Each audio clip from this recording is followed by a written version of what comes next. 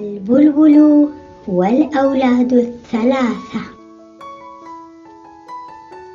كان 3 أولاد يلعبون في بستان، فسمعوا بلبلا يغرد على غصن شجرة، فقال الأول: ما أجمل صوت، أحب أن أراه.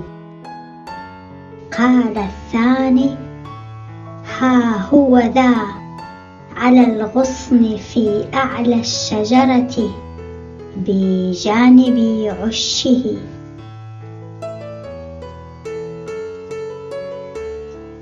أما الثالث فتناول حجرا وأراد أن يرميه به، فقال له رفيقاه: أهذا جزاء تغريده لنا؟